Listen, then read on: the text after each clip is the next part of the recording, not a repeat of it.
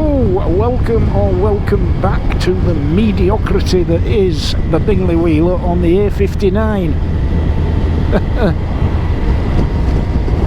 And the only thing that isn't mediocre about this situation, of course, is this amazing Yamaha FJR 1300.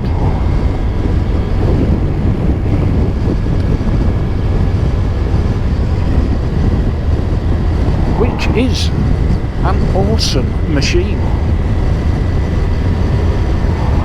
To execute a few overtakes back there and don't even have to drop a gear.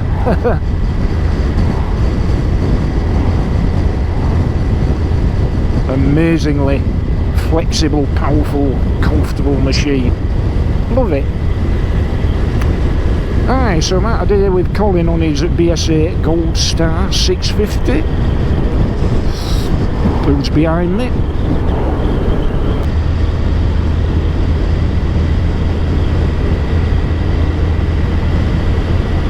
And I suspect by the time you see this, my video about digital IDs will have been up. Oh, controversial. But yeah, that needs to be resisted. I've signed the petition. That is definitely a step in a very worrying direction. And if you haven't seen that video, if you check it out, you'll see why I think that's the case. And I don't just arbitrarily say that I believe that to be the case. I obviously offer up quite a bit of evidence in support of that argument.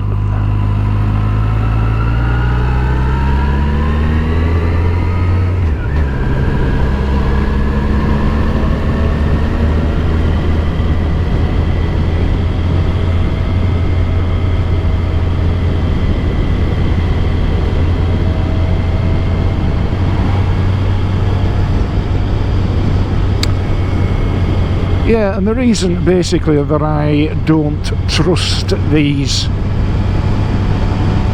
instruments of the state is because I've worked both for and alongside government bodies for many decades, but B, because the historical record is there. And what you get with these things, and it will apply to the Digital ID project as well, what you get is mission creep. I'm sure you've heard of mission creep. It's what always happens. Because this is how people in government and people in positions of power, including the police, this is how they think. They get a new piece of legislation,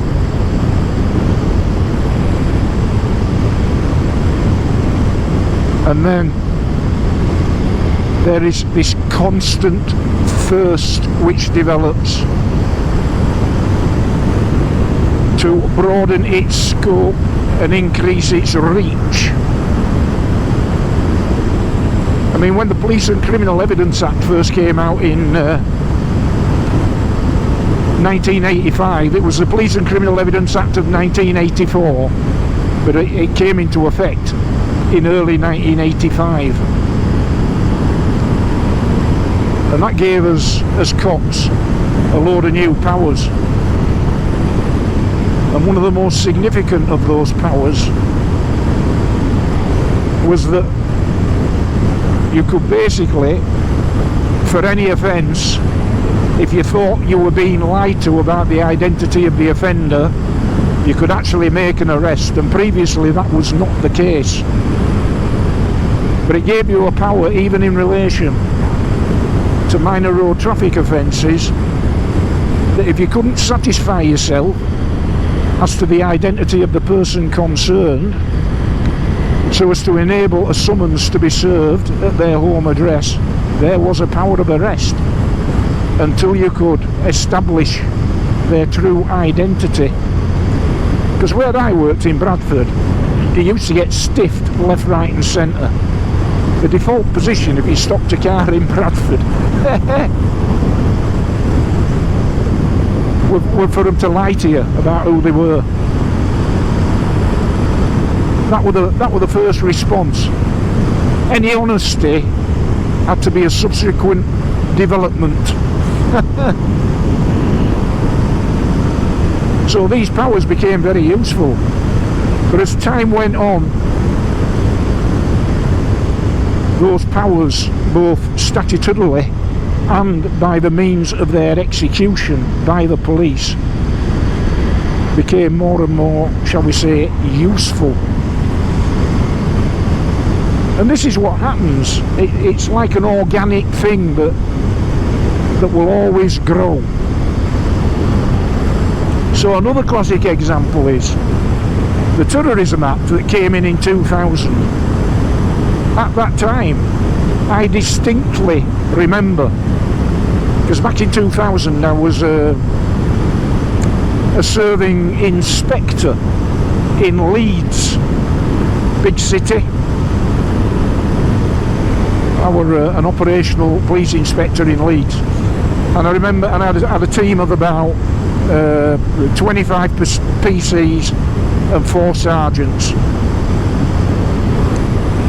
And I remember the Terrorism Act coming in year 2000, and there been a lot of concerns, expressed mainly, though not exclusively, by the civil rights quadrant,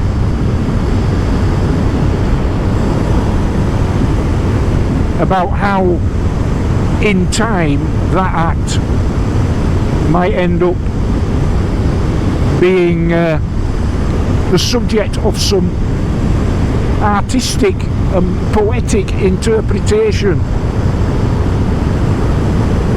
by the arms of the state. And I remember the then Home Secretary Jack Straw rebutting these concerns and saying that of course that would never happen.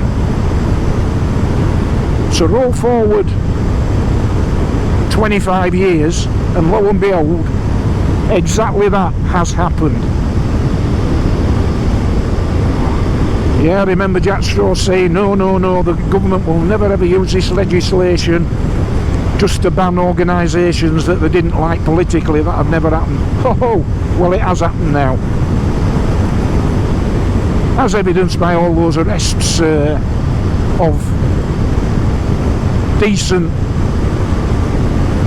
often elderly citizens in London in recent months. That is a classic example of mission creep, and all that's happened in my lifetime. So don't be telling me that it won't happen in relation to digital IDs. It will. I guarantee you, it will. Start off being compulsory only for people who want to work in the United Kingdom, and before long, through the addition of different elements,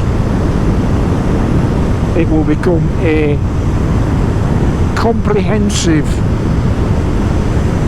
all-inclusive form of identity that will tie in with everything that you do in life.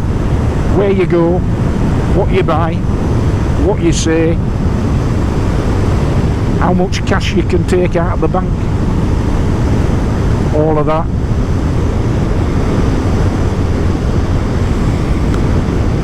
So it is with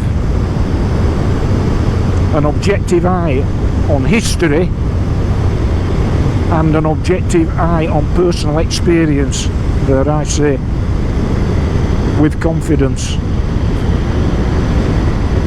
that what it appears to be now and what it will be in the future are two completely different things, and government know this. So when they say that this is not going to happen, they are being completely disingenuous. It is purest, patronising bullshit. Not only will it happen, because it always does, but they know full well that it's going to happen. In fact, they are probably already intending that it will happen. So just watch out for it, because when it comes in, I'll be keeping a weather eye out for the very, very first subtle change. That little bit that's added, that little bit of scope that's broadened, and it won't appear to be anything particularly significant at first, but it will blossom.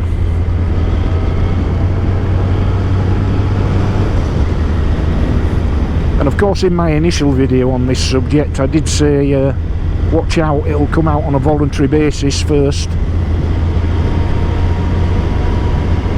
and then it'll become voluntary in name only, because it'll be constructed in such a way that you just can't live your life without having it. Well, hey, they've gone straight in, they've skipped the voluntary bit.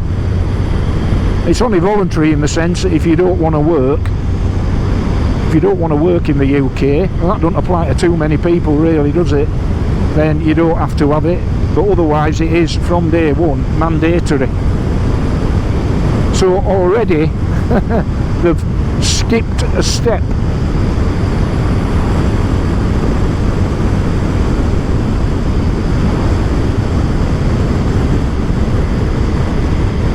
And what I find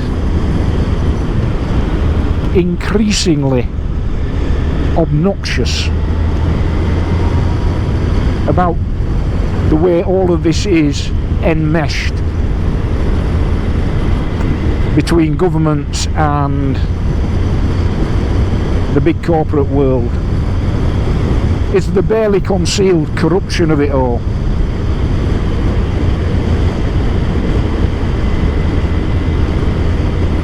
So you've got big think tanks, and probably the biggest of them all at the moment, called the TBI, the Tony Blair Institute. It's got about 1,000 employees and fingers in that many pies, more pies than you can shake a stick out.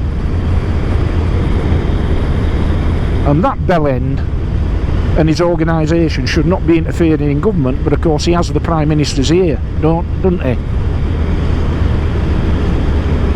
Absolutely. But that fella, that organisation, Tony Blair Institute, being funded by a fella that's regarded as being the second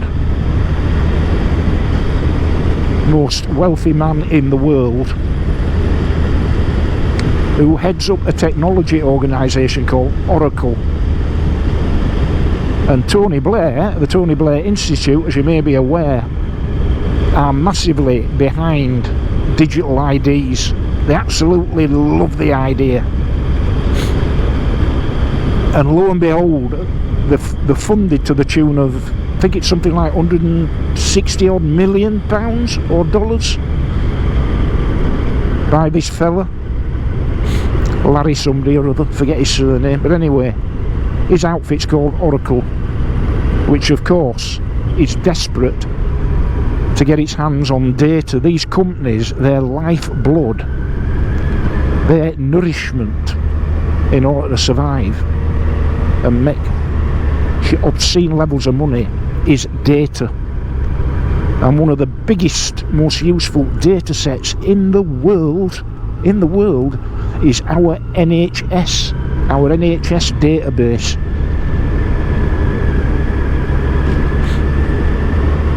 It's like the Fort Knox of data.